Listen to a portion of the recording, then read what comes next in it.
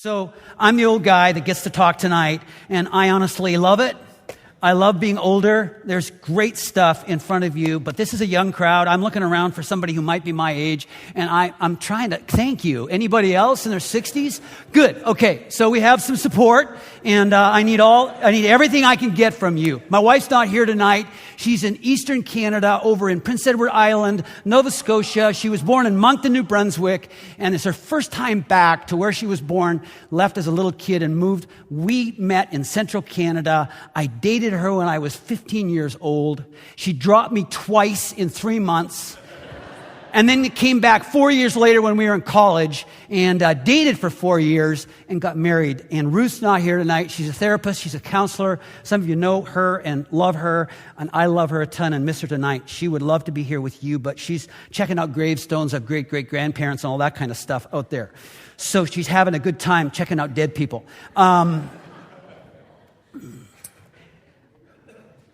I just realized as I was preparing this talk that I became a Christian when that song was on in 1969. I became a Christian, and then I just thought as I was preparing this talk, it's 2019, so I calculated, and in June, this is the 50th anniversary of me making a commitment to follow Jesus Christ. And so John Mark asked me to speak on the second half of life, and the timing is like amazing for me. Thank you. Psalm 71, 18 and 19 says, now that I am old and I don't have an afro, it says, now that I am old and my hair is gray, don't leave me, God. I must tell the next generation about your power and greatness. Isn't that a great verse? Now that I'm old and my hair is gray, don't leave me, God, because I want to tell people. I want to tell the next generation about your power and greatness. So I'm really happy to be able to do that tonight. I had an accident in the summer of 1971. So 69, I came to Christ. 71 in June, I'm riding my 10-speed bicycle down the main street of the city. Traffic flying down in both directions. I come to an intersection where a guy can come across to a gas station, a hotel, or a bar. And got my head down on my handlebars of a 10-speed bike.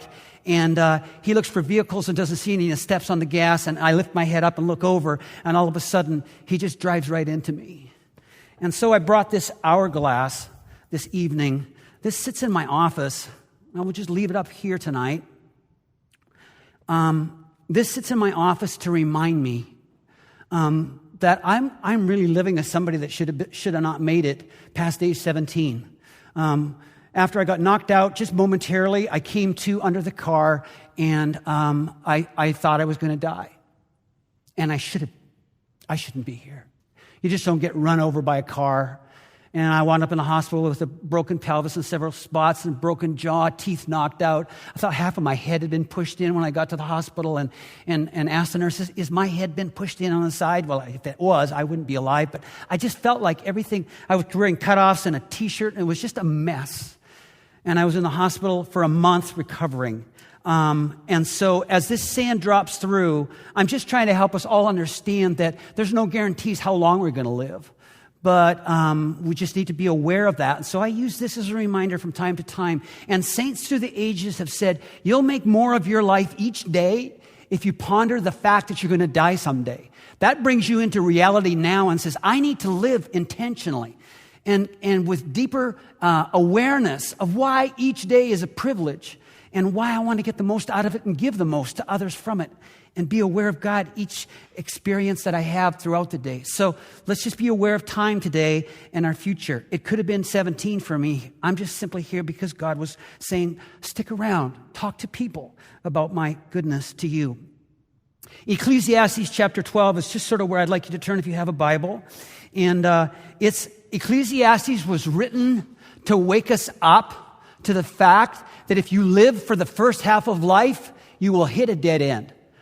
The first half of life is awesome. John Mark spoke about it a few weeks ago, and he knew he was setting me up for the second half of life, but a few weeks ago, he plowed deeply into the opportunities and the dangers of life in the first half.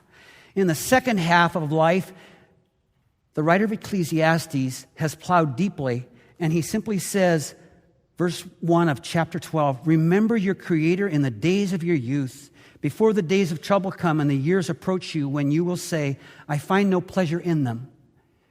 He basically was warning us that he tried all the things that you could try over and over again, but pleasure and wealth and success, working hard, being recognized, being important, being valued, being needed. And he added all of that into those chapters and said, you know what? You need to recognize your Creator in the days of your youth so that your life will be in full force as you move into the second half of life. And so he says in verse 6, after he's given some incredible metaphors or windows through which you can see old age, if you choose to read it later on tonight, just ponder what he's trying to tell you in the verses in between. But verse 6, he says, remember him before the silver cord is severed, or the golden bowl is broken, before the pitcher is shattered at the spring, or the wheel broken at the well, and the dust returns to the ground it came from, and the spirit returns to God who gave it. He's simply calling us not to get caught up, but to remember from our youth through to our old age that God is really the center of the two halves of life. So let's talk about spirituality in the two halves of life.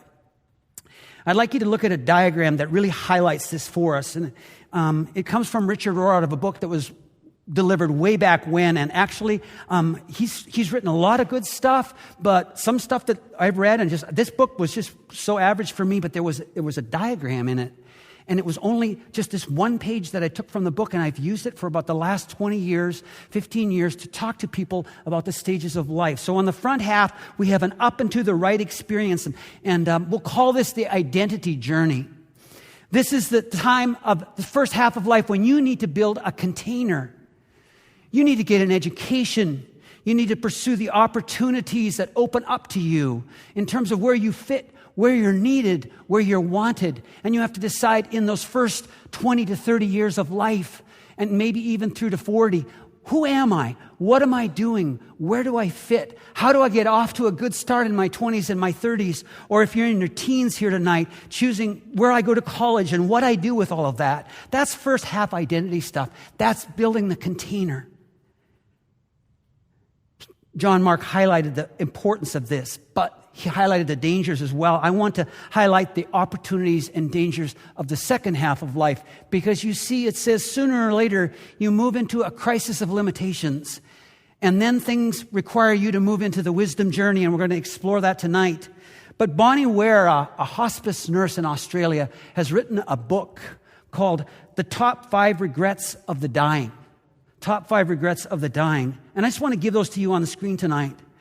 There's a whole book about them, and it's worth reading. It's not a follower of Christ, but she lays down some things that I could preach through these 5 points.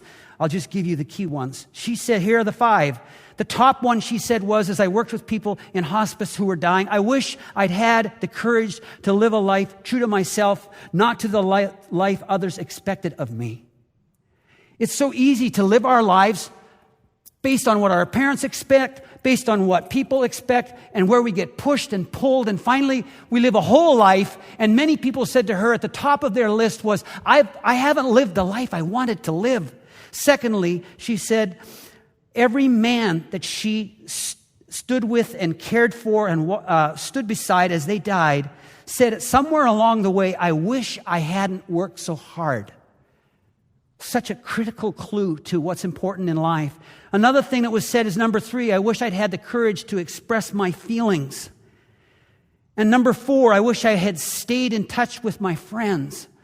I've been told that if you die and you have 5 close friends still in your life, you're a very fortunate person.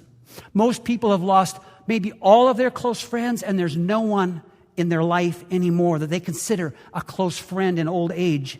And the last one she said is, I wish I had let myself be happier. Such an important thing to think about, that in my life I missed things because of one of these 5 reasons. The dying person is basically saying, I didn't see this coming. And I wouldn't have wanted it to end this way. I'd like to have lived a different life. So if you're on the front half today, if you're in the first part of the journey on the first half, you want to listen up for second half wisdom, because it's easy to go into the second half and not have a game plan. And that's what people tell us. Carl Jung, the Swiss psychologist who died in the 60s, did a lot of work on the stages of life. And he says this about the second half, that there's no plan. We have a great plan for first half of life. There's no plan for second half of life given to us by our culture. Wholly unprepared, we embark upon the second half of life. We're still. We take this step with the assumption that our truths and ideals will serve us as hitherto. But we cannot live the afternoon of life according to the program of life's morning. He had life fixed out in a day.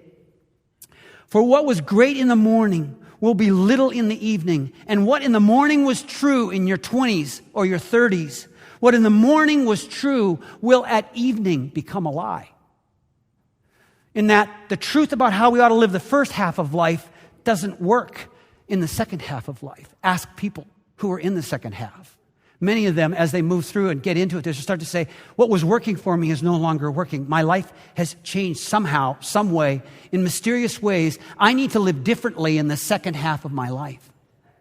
And then Gail Sheehy, in her book New Passages, talks about no plan for the second half of life. She says, given Western society's revulsion against middle age, nobody wants to get old, the map of the youth culture leads us to the edge of the known world, whereupon it simply drops off. We have been as ignorant about what lies on the other side as were Columbus and the early explorers of the New World.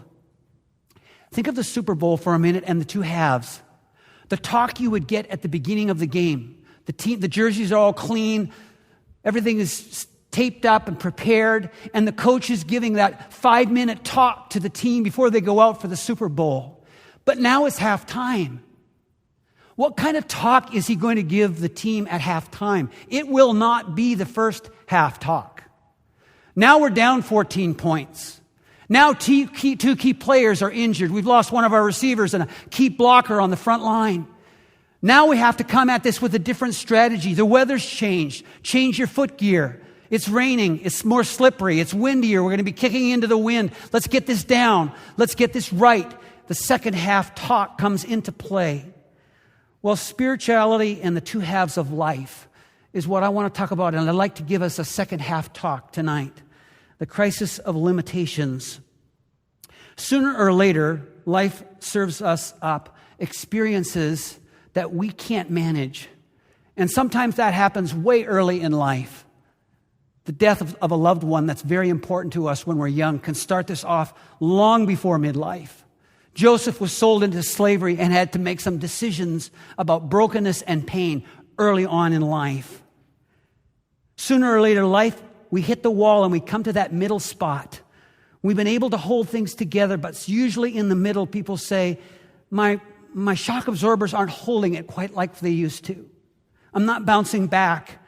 You feel it physically first. If you're past age 40 and you're approaching 50 and your body's not telling you that you're getting old, that something's changed, you're living on some borrowed time.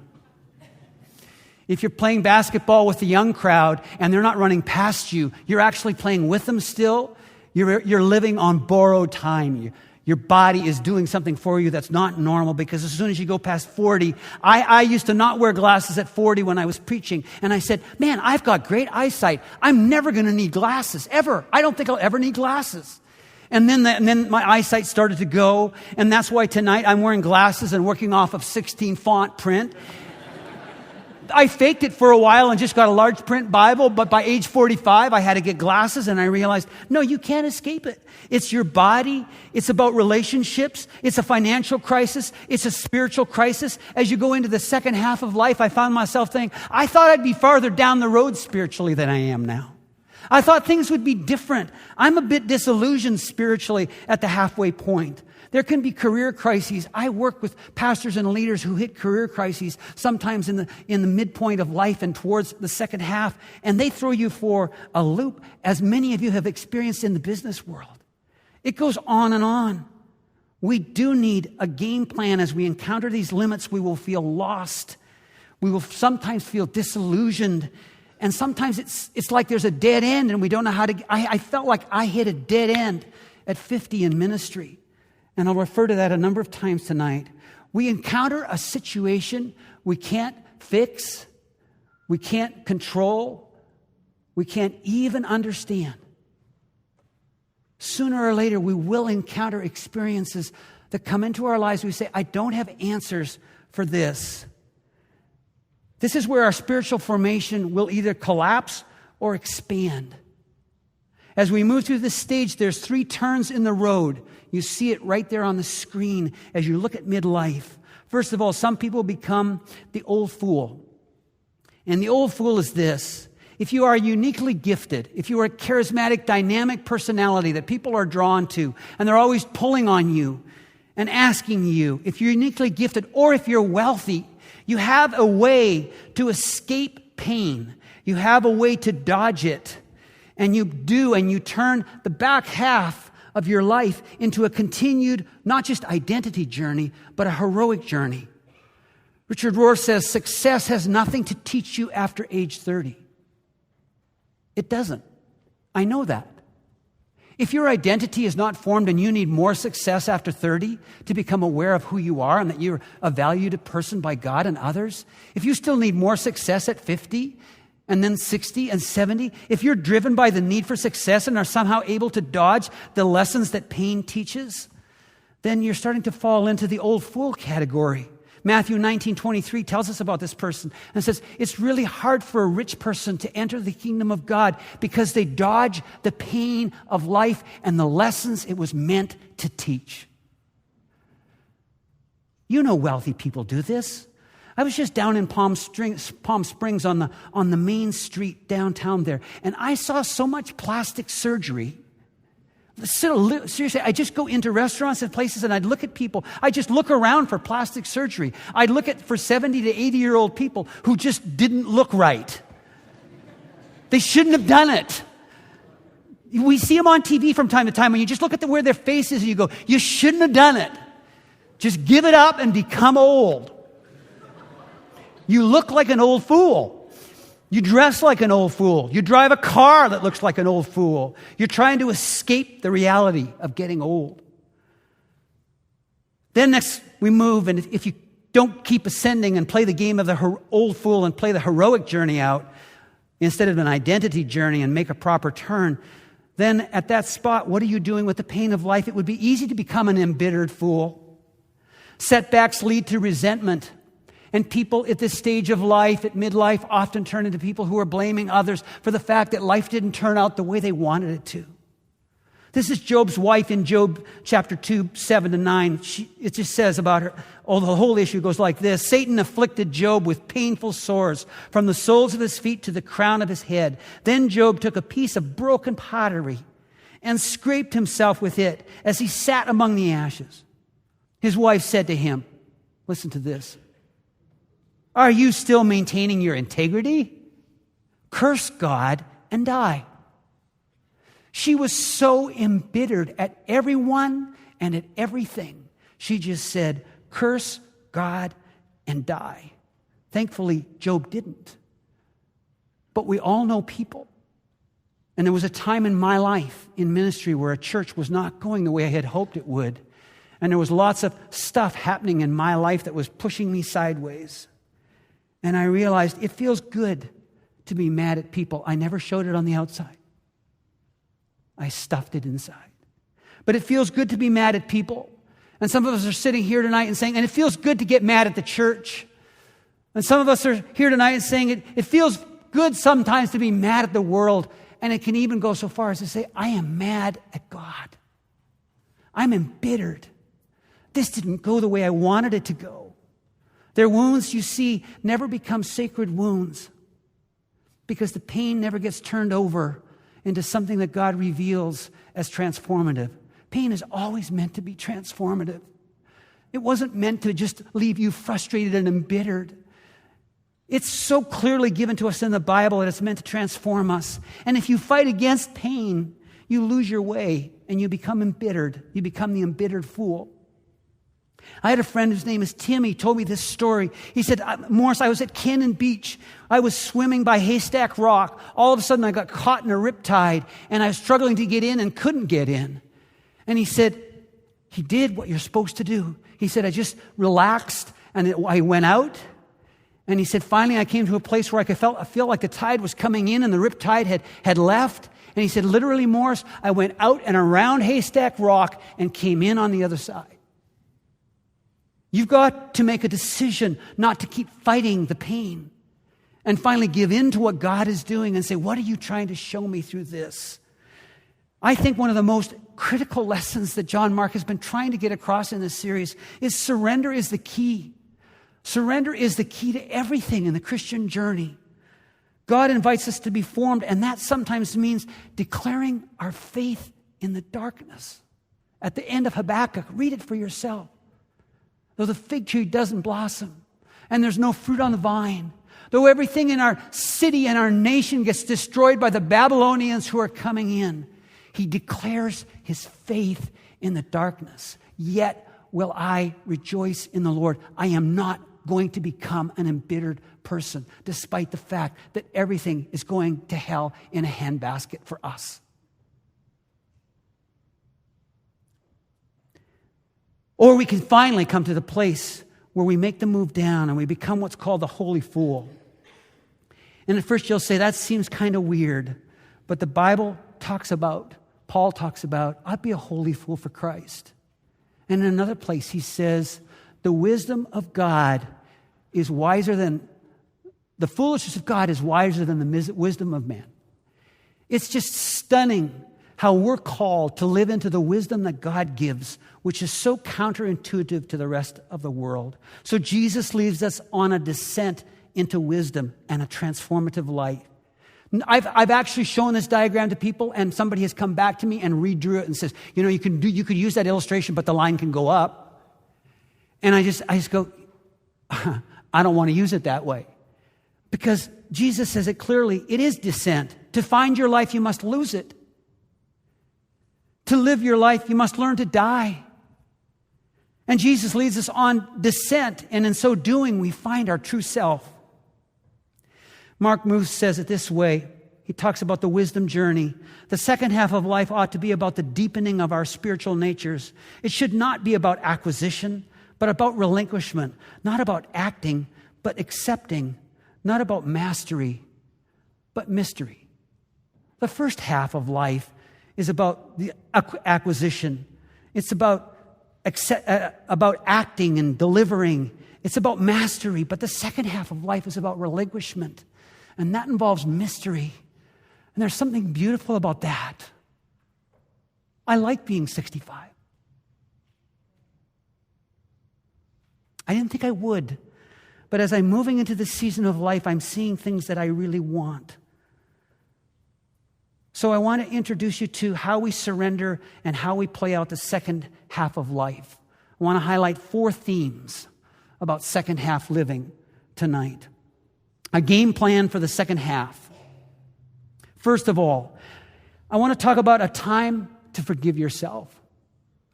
As we approach second half, and I would just say to the young men and women here, get ready to do this. And to the older who sit into the second half of life, practice this. Forgive yourself for what wasn't right in the first half of life. For the mistakes you made. Gail Sheehy in that book, New Passages, says it this way. You have to forgive the things that happened in the first half of your life, the people who failed you, and the ways you failed yourself in order to go on to the second half. You can't go into the second half without realizing that there's stuff that wasn't right in the first half. It couldn't be. We live in a broken world. And so we practice, as we move into the second half, we practice the spirituality of imperfection. We lean into grace rather than performance. And we take the words that were said over Jesus as he moved into his ministry. This is my beloved son. This is my beloved daughter. And we let God say it to us as we move into the second half of life. And we hear him say, despite the fact that things got messed up, that we made mistakes in the first half. There's a Jesuit saint that I've read who just says this, it's not an invitation to sin, so listen to the wisdom behind what he's saying. He says, celebrate your sin, or accept your sin, or see the goodness of your sin, for your sins are the carriers of grace. It's counterintuitive to realize that God doesn't want us to sin, but knowing we will, He makes that to be the place where our sins become the place where God carries and renews and revitalizes us in our brokenness. In the broken world, God answers our sinfulness by offering grace. So there are broken pieces from the first half of life, and you cannot amputate them and just throw them away. You take them with you as broken pieces. Some stained glass windows or some beautiful art have been done with the broken shards of glass. And people have turned that into amazing art.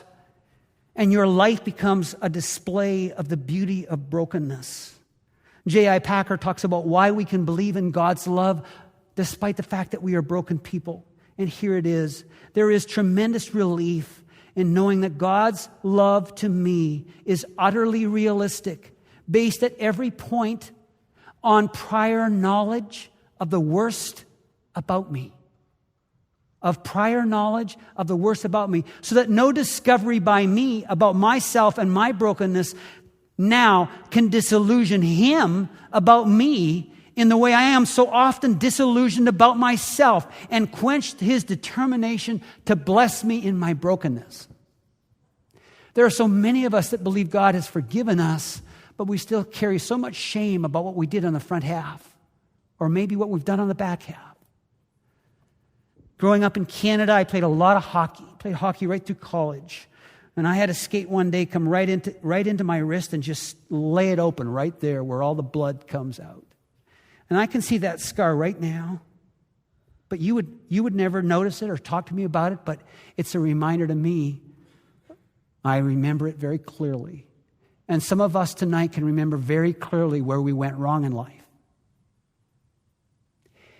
And while you may feel like God has forgiven you, you still carry so much shame. You know what? God gives forgiveness, the grace of forgiveness, which deals with our guilt. But God gives acceptance and love, which deals with shame. You need to know you're accepted. So stop shaming yourself for your first half mistakes and forgive yourself. The second truth that we need to lean into is that we need to discover our true self. By the time we move into the second half of life, we should have been able to pick up the hints as to where our false self has been managing our lives. As soon as we were born, the strategy is this. We were born into a broken world, and so we start to develop a strategy. As soon as we become conscious and are able to manage our life in any way, we develop a control and protect strategy to survive the broken world that we were born into. Each one of us here has a control and protect strategy that was not given by God, but was developed by our own selves in the broken world to survive and protect and manage our life in brokenness. And that strategy is directly linked to the Enneagram. If you study the Enneagram number and find yourself, I'm a 2 on the Enneagram, and I can stand over here and tell you how I used my 2 space in the Enneagram, which led me to a complete dead end of brokenness. Because I was trying to manage my life by my own strategy in a broken world, where God says, I need you to wake up to that strategy. You're in the second half of life, Morris. Come on. We can do better. We can live into a true self. Toxic behavior is all around the false self. I came down from Canada, obviously, as a Canadian and an American. I'm a dual citizen, which came down from the border out of Vancouver, Peace Arch. And as I was crossing with 2 friends, we'd gone across to visit in Canada. As I was coming across the border with my 2 buddies, we stopped, and the Border Patrol agent stops us and asks us the basic questions, and I'm expecting them, but then he asks a question that I don't expect at all. He said, do you guys have something radioactive in your vehicle? That is not a good question to get asked at the border. If you've ever been asked that question, come and talk to me. I suspect you haven't. We're sitting in a rental car going, there's something radioactive in here? And what does that mean? Radioactivity in cars going across the border means you're not going to be going across the border. You're going to go into a little room and have a long conversation with somebody. And so he said to me, he says, because my radioactive detector, which looks like an iPhone, he says, is vibrating right now.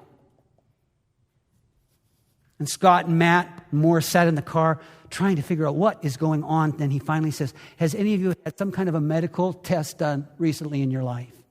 And I go back and I go, yeah, I have. I've struggled with lots of headaches, and I had a brain scan done recently. Some of you know about SPECT and how they can do that. The way they do that is they inject you with radioactive isotopes that go through your brain, and then they take the image of your brain, which I literally could put up on the screen for you tonight and show you my brain and the hot spots and what they learned about me. But there was radioactivity in me.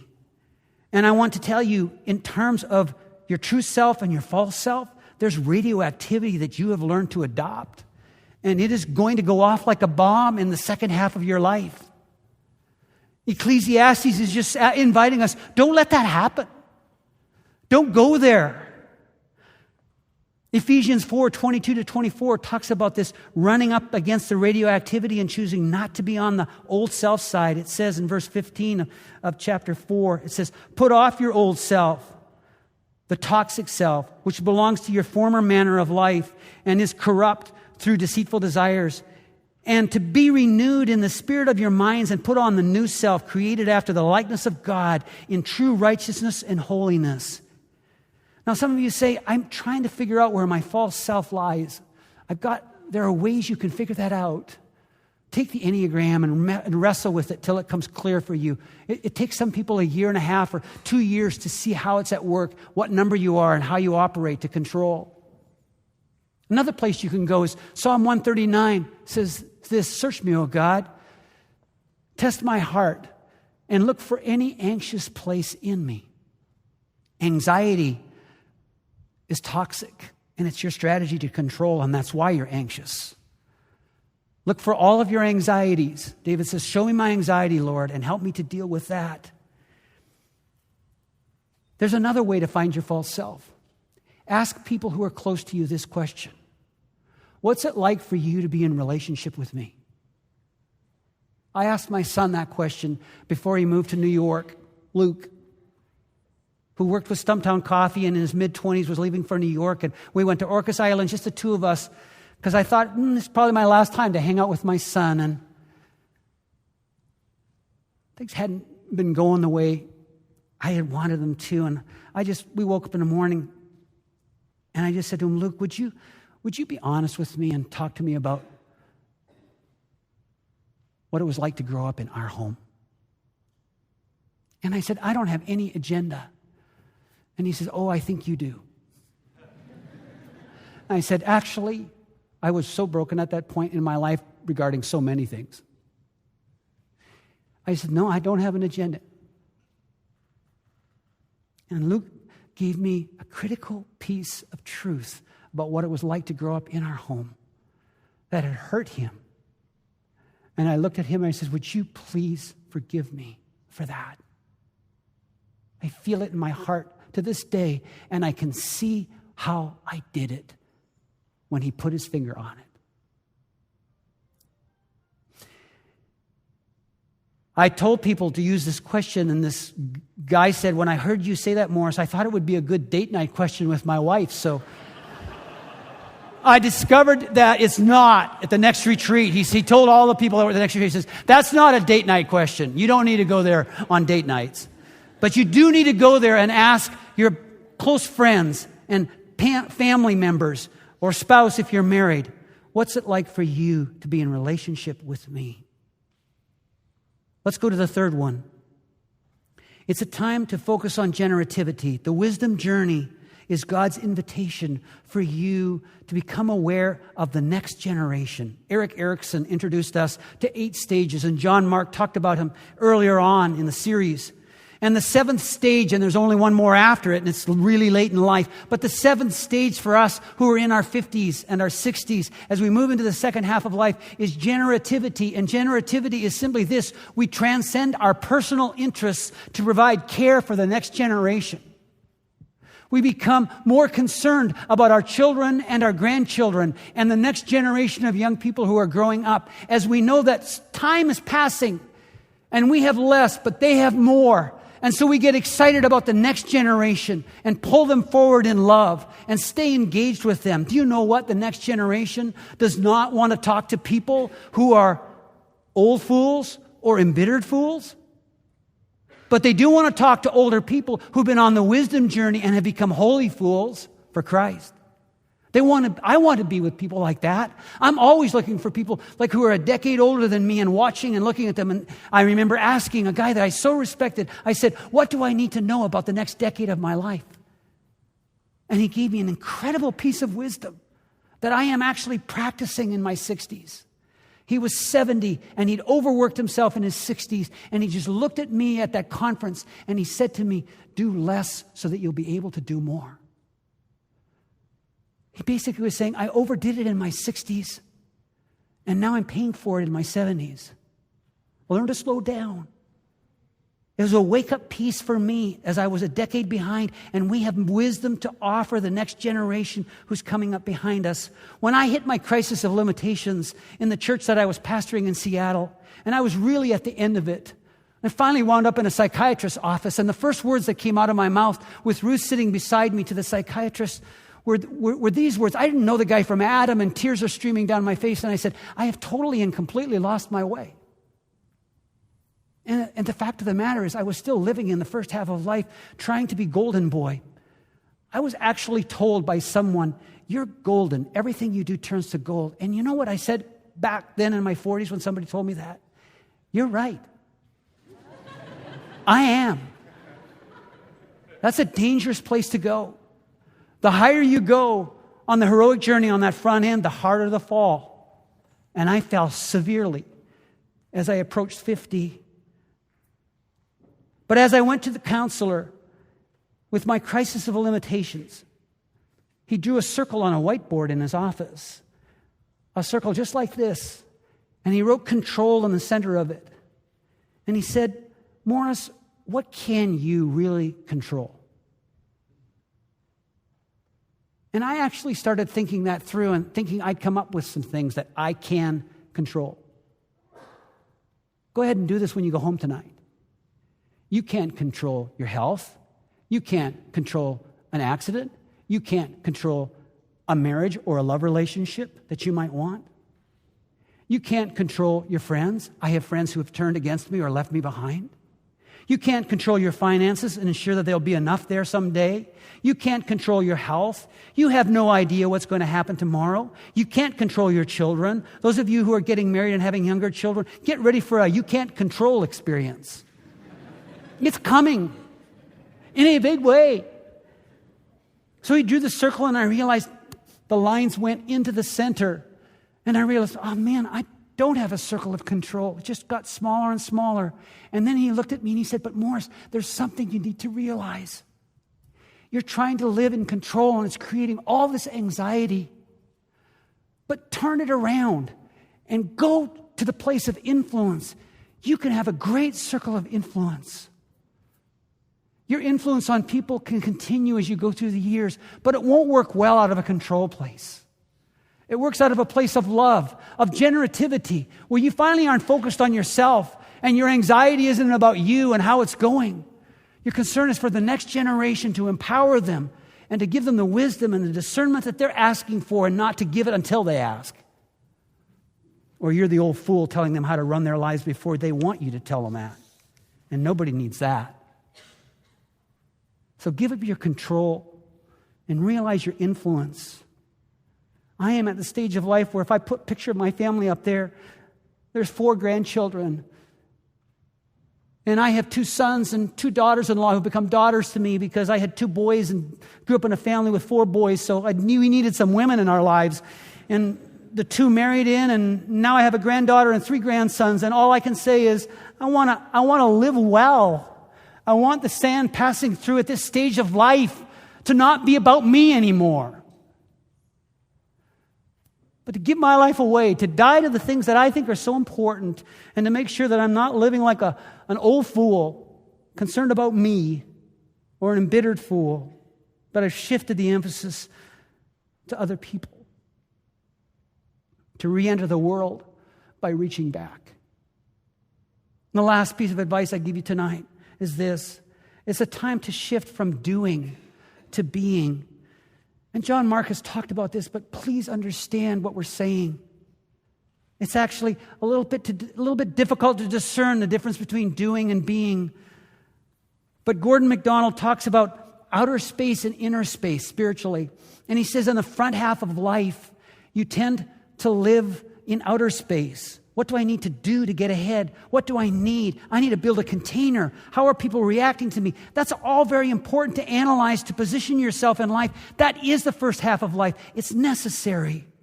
But in the second half of life, we don't need to build a container anymore. We need to shift to the interior space, to the contents of the container. Why did God give me this education? Why did God give me this job? Why did God give me this child? Why did God give me this city to live in? Why am I here? Why am I in this world? It's time for us to leave the busy, clamoring, noisy world and move into a contemplative, non-anxious place by just learning to sit and paying attention to what's going on inside. And when you start practicing solitude, as you've been encouraged to practice in the series that you keep moving through in the practices here at Bridgetown, as you're encouraged to practice solitude, you'll discover this, that when you move out of the rat race on the outside, you'll discover there's a rat race going on the inside, that you don't know how to sit with yourself. And there's a very important lesson that we need to learn about interior space. And it's this: the older you get, the more you have space by yourself. Some of you are saying, I can't wait. But others of us have begun to discover that there's quite a bit of space. And we don't know how to deal with loneliness. It's important that we know that loneliness doesn't need to be part of the space that we have in our life, in the empty spaces that we get to fill alone. We need to turn loneliness into learning how to be alone. Jesus went, it says, to lonely places in Luke and prayed. But he wasn't lonely. He was connecting to the Father. And so we need to develop an interior life, an interior space where we can be alone and know who we're with and have meaningful, productive experiences, counterintuitive experiences that seem so meaningful. Now that we've gotten off the treadmill of the rat race on the outside, we finally clean it up on the inside and we realize my life is more than what I do. I exist for God. I exist to know Him and to love Him and to walk with Him. Solitude is that temporary engagement from the world so that we can discover who we truly are and why we're really here. And out of that space, we can come back and serve the world with much more influence and love than we can if we're on some kind of anxious, compulsive journey in the second half. We need to stare down our fictionalized self that we built. To stare down that fictionalized self, because we need to realize that happiness is not contingent on someone or something. Jesus knew the fullness of his life was dependent on his relationship with the Father. And that's where his happiness and his joy came from. That's why he was who he was. So in conclusion, there's the 4. A time to forgive yourself. A time to discover your true self. A time to focus on generativity. And a time to shift from doing to being. My dad died at age 91. I remember him saying the words when I went in with my brother and he was being told that he had bone cancer and that it was serious and he was very near the end. I went in with the doctor and my brother and I heard my dad say these words. So this is how it ends. Someday, we're all going to say those words. All of the sand will drop through. And as we're approaching the last few little flakes of sand, someone will tell us that we're really close to the edge. And we will say the words, so this is how it ends. But the last 2 things my dad said will never leave me. My mom's name was Verna. And the second to last thing my dad said was, Verna, dear Verna, how I have loved you. And the last thing my dad said before he died was this: I made a good decision to follow Jesus, and that was it. He passed it on as he was dying. Gordon MacDonald asked this question in a book that I read 20 years ago in my 40s. What kind of an old man do you want to be? Obviously, he as a man was asking it of himself. So what kind of an old person? What kind of an old man, older man, what kind of an older woman do you want to be? You don't decide that at the end. You don't decide that in the last 5 years of life. You don't decide that when all the sand is trickling down and there's just a little bit left. You should decide that now. What kind of an old person do you want to be? And with that in mind, I would ask you to stand, and I would like to give you a blessing from Isaiah 46:4.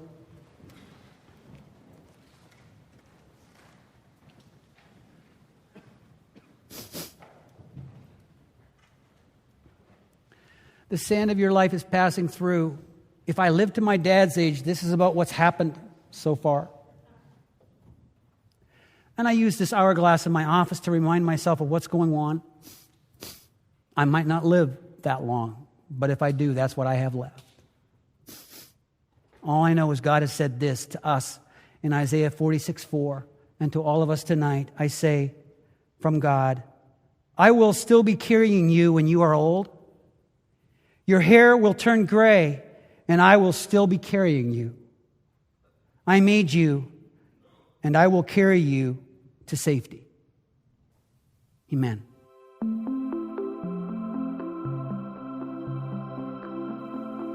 Thank you for listening to the Bridgetown Church podcast. We are in the middle of a year-long capital campaign to raise money to buy a building on the inner core, an old, beautiful, historic church building about a mile from where we meet right now.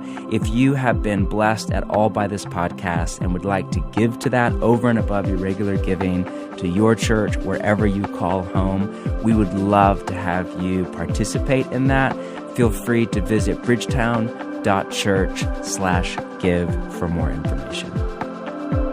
Thanks for listening.